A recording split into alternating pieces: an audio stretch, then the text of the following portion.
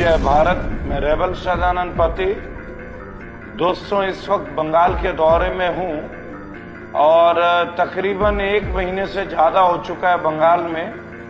चुनाव का मौसम है। कुछ वस्तुतः बातें जो आप लोगों के बीच आना पड़ा मुझे, और शायद आज भारतवर्ष का हर एक नागरिक इस दौर में कहीं ना कहीं बातचीत करने के लिए विवश है। दोस्तों, ये समझ में नहीं आ रहा है कि कोरोना है, कोरोना का एग्रेशन है हमारे ऊपर, या गवर्नमेंट का एक एग्रेशन है हमारे ऊपर। अभी तक ये बात हमें समझ में नहीं आ रही। बहुत लोगों के मन में एक सवाल उठ रहा है। हम देख रहे हैं कि दिन में 1.5 लाख लोग कोरोना पॉजिटिव पाए जा रहे हैं, कोरोना से संक्रमित पाए जा रहे हैं, कोविड-19 वायरस से। लेकिन मैं एक सवाल है जो निरंतर 1 साल से पूछ रहा हूं कि अगर देश कोविड का सामना कर रहा है, अगर हमारा देश इस वक्त कोविड का सामना कर रहा है, तो क्या इलेक्शन कमीशन को इसकी जानकारी नहीं थी? क्या हमारे माननीय स्वास्थ्य मंत्रालय को इसकी जानकारी नहीं थी? क्या माननीय प्रधानमंत्री, विदेश मंत्री, रक्षा मंत्री, इनको इस बारे में जानकारी नहीं थी? और सबसे बड़ी बात है कि इस कोविड के काल में जब हम देख रहे कि सेकेंड वेव, और ये कहा जा रहा है कि सेकेंड वेव जो है पहले वेव से ज्यादा पावरफुल है। एक बात आपको ये भी समझना हो, तो मैं ये समझता हूं कि अगर ये सेकेंड वेव इतना पावरफुल है दोस्तों, तो ऐसा क्या कारण है जो 5 राज्यों में चुनाव कराने की जरूरत पड़ी भारतीय सरकार को और केंद्र की सरकार को? शिक्षावाद के जो लोग हैं, शिक्षावाद जो लोग हैं, वो बंद कमरे से ऑनलाइन पढ़ा रहे हैं और ये राजनेता खुली मंचों में आके भाषण दे रहे हैं। क्या माननीय प्रधानमंत्री को या माननीय स्वास्थ्य मंत्री को इस बारे में कोई जानकारी नहीं है? मैं वस्तुतः इस बात को लेकर बहुत परेशान हूं, जिस तरीके के सरकार का ये रवैया रहा है। दोस्तों, आप ये देखें दोस्तों, आज हमारे सीबीएसई के एग्जाम्स पोस्टपोन हो जाते हैं। आप देखिए, स्कूल बंद हो जाते हैं, कारखानों में स्थिति खराब है, शिफ्ट वाइज काम बंद कर दिया गया है। कई सारे राज्यों में अजीब सी स्थिति है, नाइट कर्फ्यू है, डे कर्फ्यू चल रहा है, वीकेंड कर्फ्यू चल रहा है। एक चीज है दोस्तों, जो इस सरकार का रवैया हम निरंतर देख रहे हैं। जब कोविड स्टार्ट हुआ था तब भी इन्होंने चालान किया था। हम जानते हैं कि लॉकडाउन की स्थिति में हमारे पास रोजगार नहीं रहा दोस्तों। टैक्सी उद्योग बुरी तरह प्रभावित रहा,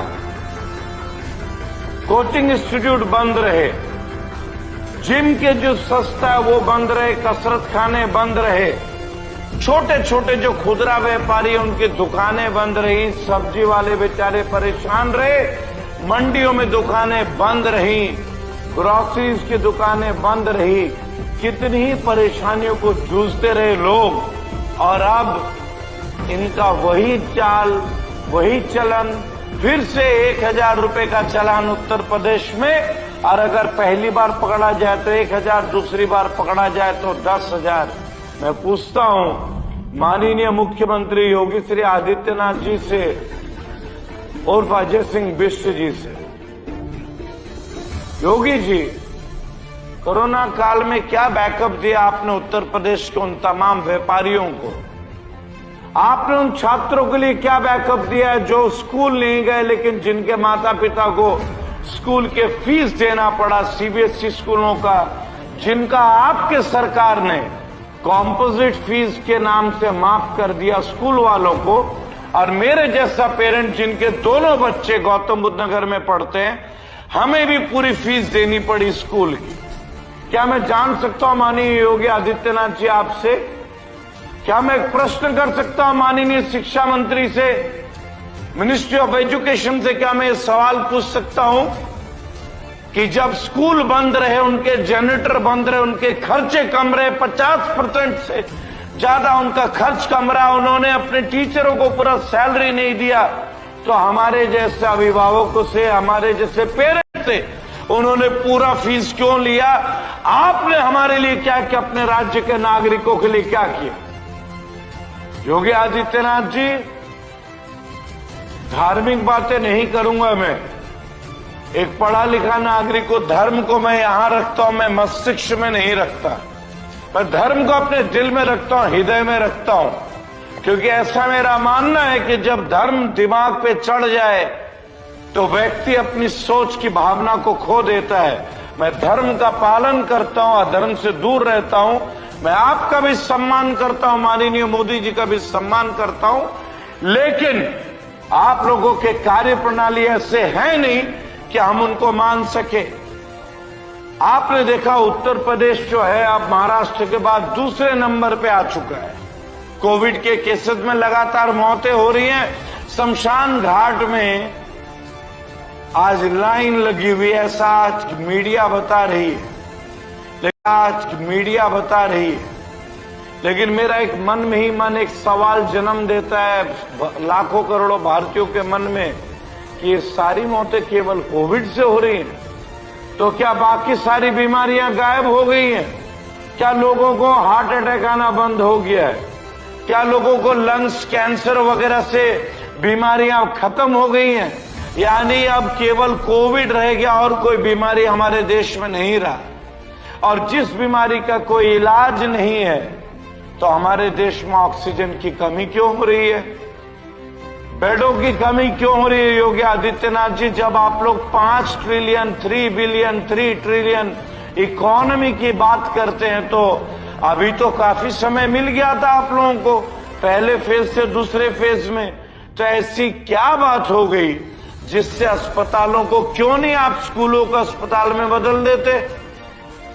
अगर आपको अस्पताल की कमी पड़ रही है, आप स्कूलों को बदल लीजिए। पढ़ाई तो हो नहीं रही है स्कूलों में। जब इलेक्शन होता है तो आप सीआरपीएफ, सीआईएसएफ, आरएफ के जो बटालियंस होते हैं उनको प्राइवेट स्कूलों में दे देते हैं। ऐसा कई बार हुआ है, कोई नई बात नहीं कर रहा हूं मैं, लेकिन नहीं दोस्तों, सबसे बड़ा दुख का विषय केवल एक है और कोई बात नहीं। जिस चीज को मैं देख रहा हूं कि अब अभी महाकुंभ चल रहा है उत्तराखंड में। महाकुंभ दोस्तों, जब मरकज पे बात आई थी तब हम लोग एक साथ गरजे थे, बरसे थे हम लोग कि ये गलत हो रहा है और मरकज से ही कोरोना का फैलाव हुआ है। तो इस कोविड के दौर में महाकुंभ का आयोजन क्यों हो रहा है? विशेष तौर से तब जब बहुत सारे साधु संत भी कोरोना पॉजिटिव पाए गए हैं। क्या भारतीय सरकार के माननीय स्वास्थ्य मंत्री डॉक्टर हर्षवर्धन इस सवाल का जवाब 135 करोड़ भारतीयों को देने में सक्षम होंगे? एक और आप कहते हो कि नाइट कर्फ्यू, एक और आप ये कहते कि घरों से ना निकलें, और एक और आप उत्तराखंड हरिद्वार में महाकुंभ का आयोजन करते। मैं स्वयं एक हिंदू हूं, लेकिन एक पढ़ा लिखा, एक शिक्षित, एक साक्षर हिंदू हूं। ये सवाल मेरे मन में भी जन्म लेता, हालांकि मैं कोरोना पे पूरी तरह यकीन नहीं करता, क्योंकि ऐसा मैंने आप लोगों से सीखा है। अगर कोरोना होता तो आप इलेक्शन नहीं करवाते। अगर कोरोना होता तो अमित शाह लाखों की तादाद की भीड़ नहीं करते। अगर कोरोना होता तो मोदी जी इतनी बार की रैली में बंगाल नहीं आते। मुझे इन सवालों का जवाब चाहिए, लाखों करोड़ों भारतीयों को इन सवाल का जवाब चाहिए। आप जब तक इन सवालों का जवाब नहीं देंगे, हम दंड क्यों भुगते? हम क्यों आपको चालान दें? चालान आप लोगों को क्यों ना किया जाए? आप लोगों को दंड क्यों ना दिया जाए? आपकी सरकारी व्यवस्था फेल हुई है, इसके ऊपर आपको ऊपर जुर्माना क्यों ना किया जाए? तमाम मंत्रियों को क्यों ना जेल भेजा जाए?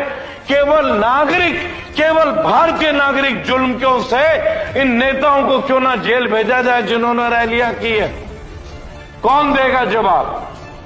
जवाब चाहिए हमारे देश को, जवाब चाहिए हमारे युवाओं को।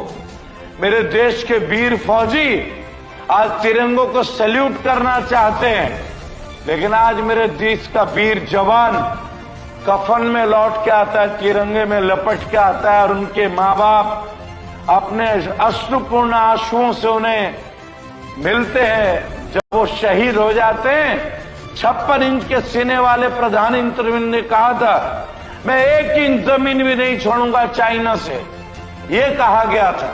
आज बॉर्डर पे रोज हमारे सैनिक शहीद हो रहे हैं।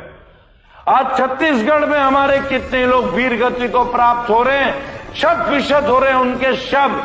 जब आप 1 इंच जमीन नहीं छोड़ सकते तो मेरे वीर शहीदों के माता पिता उनका शरीर का आधा हिस्सा कैसे छोड़ रहे हैं? उनके लिए आप क्या जवाब देंगे? कहां है रक्षा मंत्री राजनाथ सिंह? आप कब जवाब देंगे? कब आप बाहर आएंगे? आखिर कब तक ये देश आप लोगों के जुमलों को सहेगा? कब तक? वक्त आ चुका है दोस्तों, इस सरकार को कटघरे में लाने की जरूरत है। सरकार के मंत्रियों को जेल में डालने की जरूरत है, जिन्होंने गलत गलत पॉलिसी की। मंदिर मस्जिद के अलावा और महंगाई के अलावा, जुमलों के अलावा, झूठी बातों के अलावा कुछ भी नहीं है भाजपा के सरकार में। मैं रेबल सदानंद पाटिल आप लोगों से पुनः आह्वान करता हूं, ये वीडियो समर्पित है उन तमाम लोगों के लिए जो कोरोना काल की विभीषिका में भी अपने परिवार को बचाते रहे। ये वीडियो समर्पित है मेरे और आपके जैसे तमाम उन लोगों के लिए जो एक दूसरे का हौसला बढ़ाते रहे। ये वीडियो समर्पित है उन शहीदों के माता पिताओं के लिए जो अश्रुपूर्ण तरीके से नमन करते हैं, अपने पुत्र और पुत्रियों शहादत को देखते हुए और उनके शव को लेते हैं। और ये वीडियो समर्पित है उन तमाम लोगों के लिए जिनके अंदर एक जज्बा है कि भारत में ना हिंदू है ना मुसलमान है, हम भारतीय। अब हम हिंदू मुस्लिम की बात नहीं करेंगे और भारत के अंदर एक बार और हमेशा के लिए बीजेपी को बाहर करेंगे। इस सरकार का आना हमारे पूरे देश के लिए एक सृष्टि का नहीं, एक नाश का कारण जन्मा है। और जो कोई मेरे बात से इत्तेफाक ना रखता हो और जो कोई ये कहता हो कि मोदी भगवान है, तो मैं उन तमाम लोगों से बोलना चाहूंगा, विचारधारा बदल लीजिए। इंसान की इतनी अहमियत नहीं कि वो भगवान का दर्जा ले ले। मोदी जी भी हमारी तरह एक साधारण भारतीय हैं, लेकिन एक जुमलेबाज जरूर है। ये मैं पहले भी कहता हूं और आज भी कहूंगा, उनके कथनी और करनी में जमीन आसमान का फर्क है। अगर वो अपने कथनी और करनी को कर दे तो शायद मैं उनको पुनः सम्मान दे दूं, पुनः उन्हें वोट दे दूं, लेकिन ऐसा संभव नहीं दिखता। ऐसा इसलिए संभव नहीं दिखता क्योंकि आज मेरे लाखों करोड़ों गरीब मजदूर भाई सड़कों पे फिर से बेघर हैं। आज महंगाई चरम पे, आज पेट्रोल 100 के ऊपर है, लेकिन इनको शर्म नहीं आती, भाजपा वालों को दुख नहीं होता। आज कितने ही किसानों ने अपना शहादत दे दिया, इनके आंखों से एक बूंद आंसू नहीं निकलती। अब उनके आंसू का जवाब हमें चाहिए। मैं बागी श्रद्धानंद, रेबल श्रद्धानंद आप लोगों से अपील करता हूं कि बागी बनने का दौर अब शुरू हो चुका, बगावत का दौर है। आइए रेबल फाउंडेशन को ज्वाइन कीजिए। मैं पॉलिटिकल नहीं हूं, लेकिन आइए इनके किले को ध्वस्त करें और एक नए भारत का निर्माण करें।